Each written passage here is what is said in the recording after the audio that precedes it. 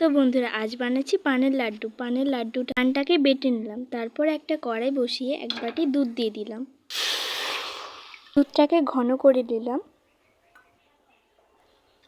ঘন করে নেওয়ার পর তার মধ্যে দিলাম নারকেল দিয়ে দিলাম। ভালো করে নেড়ে নিলাম। তারপর ওতে দিলাম বাটা পান। পানটা দেওয়ার পর ভালো করে নেড়ে নিলাম। তারপর দিলাম চিনি। চিনিটা দেওয়ার পর ভালোভাবে নেড়ে নিচ্ছি। তারপর ওতে দিয়ে দিলাম গুঁড়ো দুধ। দেওয়ার পর ভালোভাবে নেড়ে নিচ্ছি। তারপর ওতে দিয়ে দিচ্ছি কুচানো কাজু বাদাম। ভালো করে নেড়ে নিলাম। তারপর দিয়ে দিচ্ছি এলাচ। এলাচটা দেওয়ার পর ভালোভাবে নেড়ে তারপর ওপর দিয়ে ঘি দিয়ে দিলাম।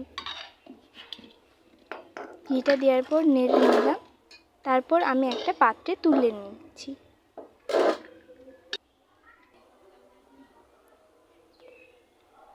তুলে নেওয়ার পর আমি লাড্ডুর আকারে করে নিচ্ছি।